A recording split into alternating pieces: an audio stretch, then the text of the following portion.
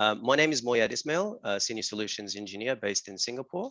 In today's snapshot, we will cover how to use Vault to enable a secured SSH access at scale using SSH certificates. We will cover some of the challenges with managing SSH access and go through a demo of how Vault works with SSH certificates. We'll also provide some considerations if you're looking to implement this in your environment. Now, we will assume that you already have some knowledge of Vault concepts, such as secret engines, authentication methods, roles, and policies. But if not, there's quite enough material that we will cover that will hopefully get you started very quickly. A definition from Wikipedia, but SSH is a cryptographic network protocol for securing network communications over unsecured networks.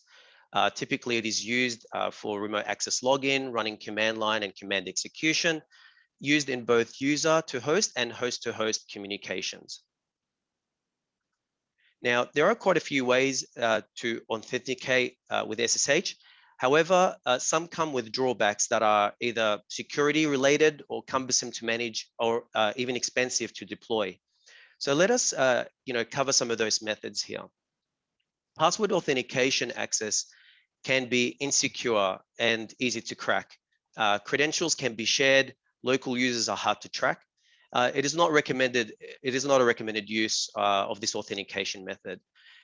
SSH keys are more secure. However, they are difficult to manage when being deployed across hundreds or thousands of clients. It becomes very difficult to maintain access management using keys. It also requires administrators to store, upload the public keys for all users to all servers. It is difficult to track. LDAP and Kerberos methods are quite powerful, but they can be very complex to set up and operationalize. It can take a long time to deploy. The risks of outages to the authentication system can have a high impact on access to systems. So is there an alternative? And the answer is yes. Use of switching to SSH certificate authentication combined with Vault allows for many benefits to better secure SSH access and improve connectivity workflows. To begin with, it's actually quite easy to set up and allows for scale. It allows role-based access by using SSH principles, and it also provides the ability to set expiry times on the connection. So a certificate can be set with a time to live. Once it's expired, you will no longer be able to use that certificate to log in. We'll go through those in more detail during the demo. So how does SSH certificates work? To enable certificate authentication, you simply configure all clients and hosts to trust a certificate, any certificate signed by your CA's public key. In this case, it will be Vault. A user will send their SSH public key to Vault for signing. Once signed, a certificate is sent back containing the allowed extensions and the time to live for the certificate for expiry. The user will then use this intermediate signed key, which is their return signed key here, with their private key to access the target SSH host. Now, one thing to note is you do not actually need direct connectivity between the SSH host and Vault for this to work. All you need to do is configure the public key on all the hosts that are trusted. So let's go ahead and set it up. We'll do a walkthrough of various configurations to set up the configuration, and we'll also demonstrate how this works. We will set up the Vault SSH secret engine for SSH certificates and associate roles, and configure SSH on two hosts, server A and server B. We will configure LDAP authentication to Vault for user access. We'll also configure role-based SSH authentication using principles, and then we will demonstrate the various access scenarios. So let's get started. The first thing we're going to do is configure the secret engine, right, and the super admin role. And a server will be configured, server A will be configured with the public certificate that it will trust, and 2 user accounts, super admin and app admin. Super admin will have sudo access, and app admin will have access to various scripts or commands that they can use. Now, anyone that has access to this super admin role will be able to access the super admin user. So let's show you how that actually works.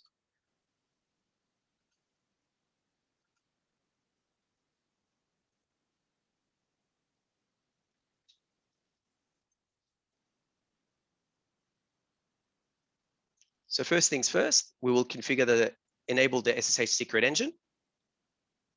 Then we will ask Vault to generate the signing keys. You can import your own if you wish, and this is the public key that needs to be imported to all hosts. One thing to note is the allowed users. This is the creation of the role. We will call it the super admin role. And as you can see, it has the allowed users for super admin and the time to live.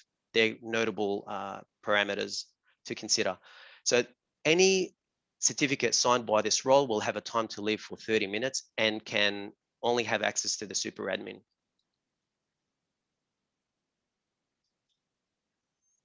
Now we need to switch to setting up the server. Vault provides a public API that allows you to retrieve the public key of the CA, the SSH CA. In this case, Server A and Vault are in the same network, so I'm able to retrieve the key here. Then what I need to do is save that into a file.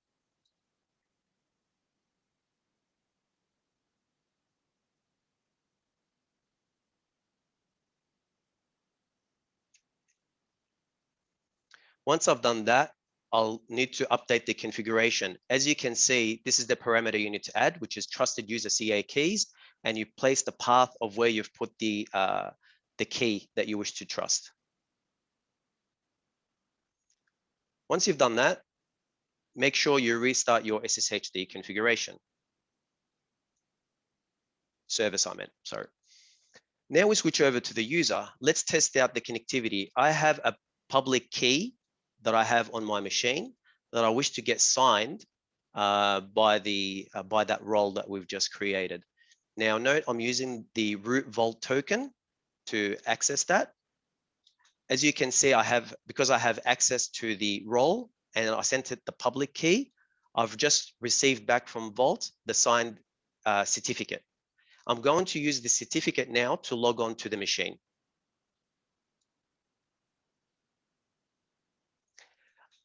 Just FYI, this SSH keygen command allows you to view what the certificate looks like. As you can see, the key ID, because I use the Vault root token, it put that in the identifier, and you can see the principals that the certificate has access to, which is super admin. Now I SSH into the server and success. When you SSH into the server, you have to pass the signed key and your private key. And I'm logging into super admin at server A.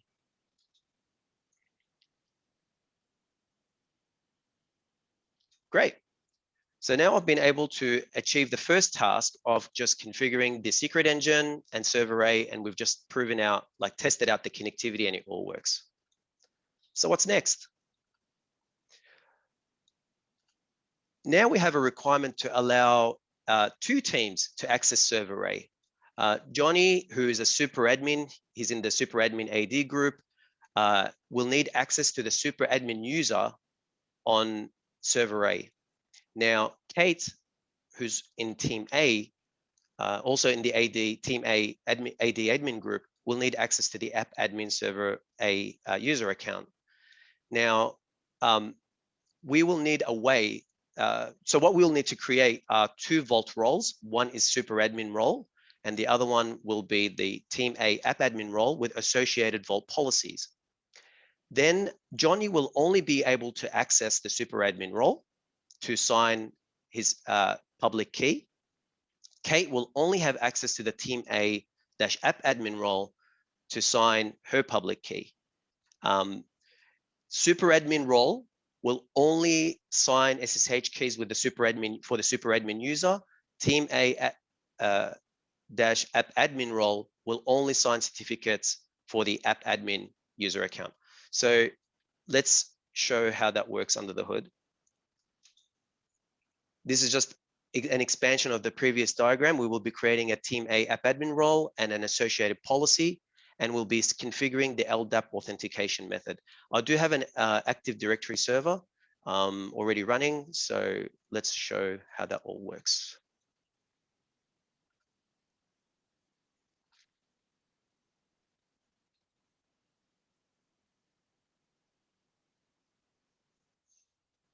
Okay, first thing I'm going to set up the LDAP authentication method. Next, I will be configuring the LDAP configurations here. One thing to note is the bind DN and the bind pass. This is kind of the service account that will be used against Active Directory for querying of LDAP users. Then I'm going to create a Team A app admin role. And as you can see, the allowed users are app admin, right? And the time to live is also 30 minutes in this case. Next, I'm going to configure Vault policies. For the super admin policy, I'm going to allow anyone that has access or has this policy applied to them will have access to the super admin, any role that's appended with super admin in front of it. So you may have multiple roles that you want to give access to. And this is a great way of kind of just summarizing it all up. And, so you have anything appended with super admin star, they'll be able to use it to sign a certificate. We will do the same for Team A. But in the case of Team A, it's Team A star. Well, and this is the path that they have access to. Now, what we need to do is, how do we associate the policy with the LDAP group? And this is the command here. And this is, so anyone that's logged in with who is in the super admin group gets this policy attached to them. So super admin, in the case Johnny will be, whenever he logs in, we'll have this policy applied to him. And in the case of Kate, she'll have this policy applied to her. So now that we've done that, let's test it out. So Johnny logs in with his LDAP credentials. Just want to make a quick note here. If you leave out the password, it will ask you for a prompt to type it in where it's not shown in clear text, but for demonstration purposes, I've just added that in. As you can see, Johnny has been assigned the super admin policy as intended. And that allows him to use the super admin role to sign his public key. So once we've done that, here are some details of the key. If you have a look, the key ID, there's some really useful information for you to identify who the certificate belongs to. In this case, it was signed with Johnny's details on it. So you can see who initiated or who the certificate belongs to. And the principal they have access to is the super admin. So let's test the connectivity to server A using the certificate, and we have success. We're able to log in as a super administrator, as super admin user on the server. Next, what about Kate? So Kate logs in with her LDAP credentials, and she gets Team A app admin policy, which is intended. That policy gives her access to only the roles she has access to. She's been able to get her public key signed. And as you can see, the key ID identifies Kate with the principal of app admin. Let's test her connectivity to the server. And she's able to connect app admin at server. Now, what if she attempts to sign in as a super admin? She wants to use the role, the super admin role, to sign her public key, and she doesn't have access to this path. Therefore, the permission is denied. So the policy is working as intended, and Kate will not have access as a super admin on the server.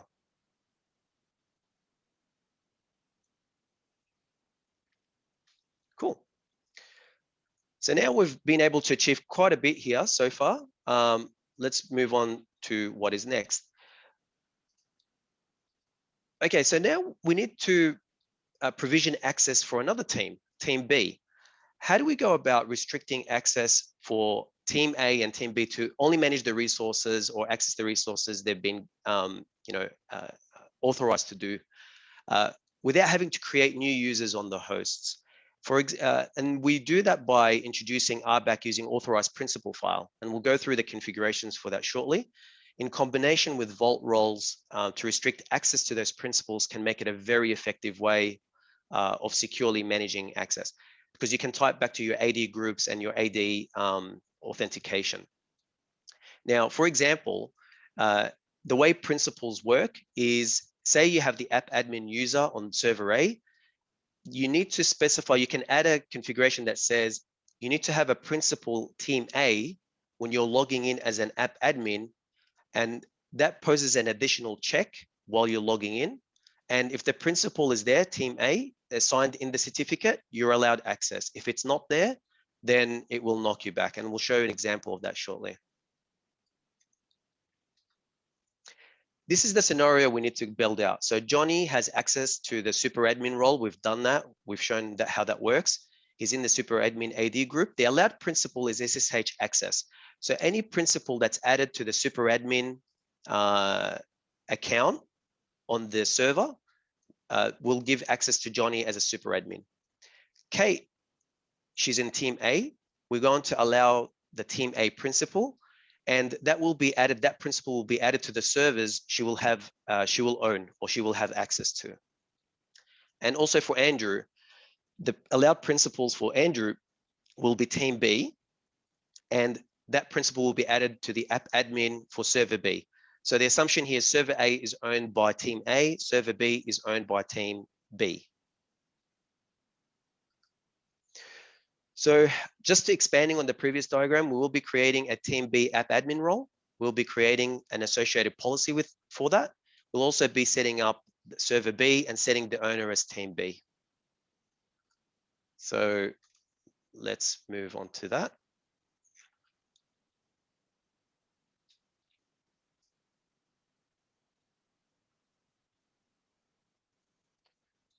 Okay, so first thing we're going to do is create the signing role, SSH signing role for Team B. As you can see, with the allowed users for this role is Team B is appended and also included to app admin. The default user will be Team B. Now we're going to configure the Vault policies for Team B. So as before, the roles they have access to are anything appended with Team B, any role that's appended with Team B. Now what we need to do is configure the LDAP group and attach the policy to that LDAP group.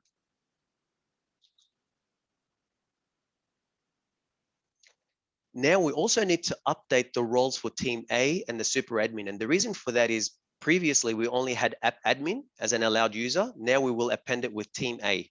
So that will be added into the certificate when connecting to the server. This will be required as a valid principal. And that will, I'll show you how that works shortly.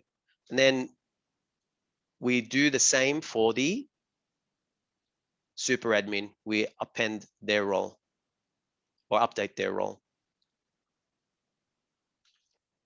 with SSH-access as the requirement from the previous table required. So now we're going to move on to server A and configure our principals. We will create a directory, auth principals, and we're going to add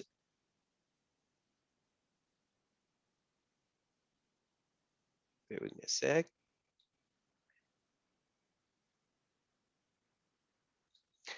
Here we will add the admin access principal to the admin to the super admin user.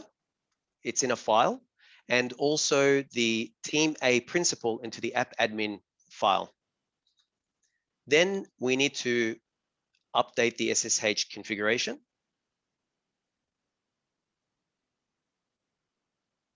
And this is the command right here. As you can see, this is the destination. It will look for, when you're authenticating, it will match the user you're trying to log in with against the file, and it will pull out the associated principals with that login.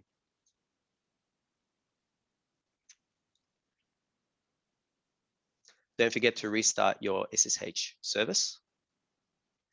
Let's do some testing for the logins. Now, Kate will log in with her LDAP credentials. That's all fine. We've seen this before. Now, she does a list of the roles. And as you can see, there's the super admin role, the team A app admin role, and the team B app admin role. She will only have access to team A, but she can list, she could have multiple team A roles, but we only have one in this case. She will use this role for signing her public key. We've seen this before. Now she's identified in the key ID, and she'll try to access the server with the app admin. And we have successful login. So what about Andrew? Andrew, we haven't given him a server yet to log into. Server A requires the principal of team A. So what happens? So Andrew will try to sign using the team A app admin role, does not have permission to do so, simply because from the vault policies.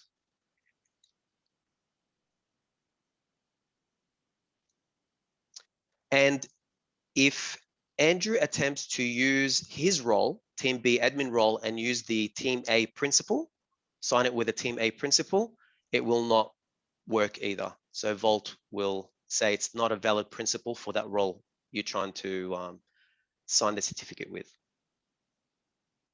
So there's been a request for a server for team B. So let's configure that. We're not going to do that manually now. We're going to switch gears and look at Ansible to speed up the deployment. And this is what the playbook looks like. I've just noted some important sections you need to consider. So here is the trusted user CA keys and the authorized principal files. Configurations.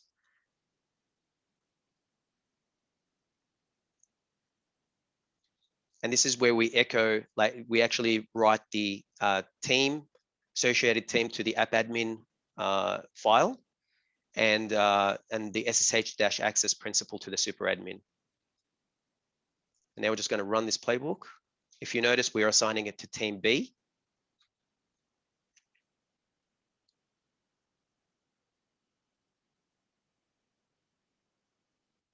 Just to check over the configurations that they are all there. Here are the principal files.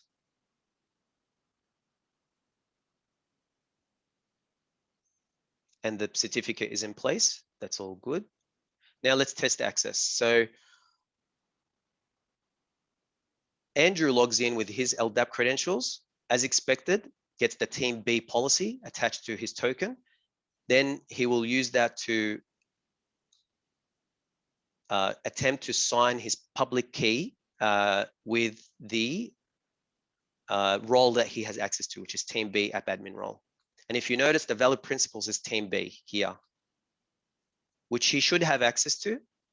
It's part of the role. And there you go. He gets a intermediate certificate, and he attempts to use that to access server B, and he has success.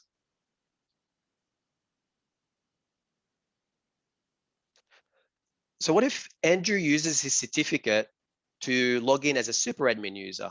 What would happen? So Andrew is using his intermediate signed certificate, which is still valid, and will access the super admin at server B.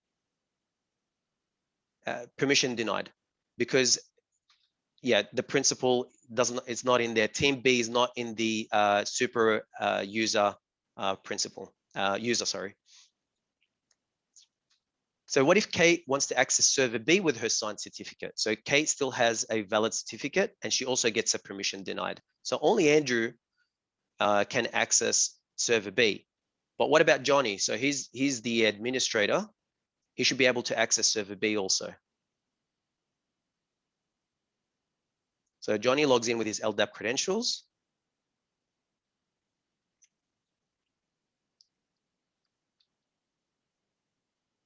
uses his role that's been assigned to him, gets his certificate signed, and here's the valid principal SSH access, which is valid on all servers. I also wanted to point out, if you notice, this is where it shows the lifetime of the certificate. If you notice, it's only for half an hour. This is pre-recorded, this demonstration, but it's only valid for half an hour. And attempts to use the certificate and is able to access server B. And that's it for the demonstration. We've covered all the scenarios as you can see. So if you're thinking about going into production with something like this, there's a few things to consider. The use of a bastion host. So allow connections only from a bastion host, especially like in secured environments. It's better to funnel that all through a bastion host. Keep signed certificates short-lived. In the example we had, we set it for 30 minutes. Obviously, you have full control of how long you set it, but keep them short. You can create as many Vault SSH CAs by mounting additional secret engines by using the dash path parameter. An example of that is you could create a CA per environment. So prod will have its own CA, dev will have its own CA, application A. You can be as creative as you want to be here. Enable authentication logging on the hosts. So signed key IDs can help identify the user connecting to the host. In addition to client key signing, enable host key signing. So we've covered from the client side, connecting securely. How about ensuring that the hosts you are connecting to can be trusted? And there is a method for that, and Vault supports host key signing also. You also may want to look at introducing MFA into your user sign-in workflow. So like from LDAP and introducing some MFA, and this is supported in Vault Enterprise also.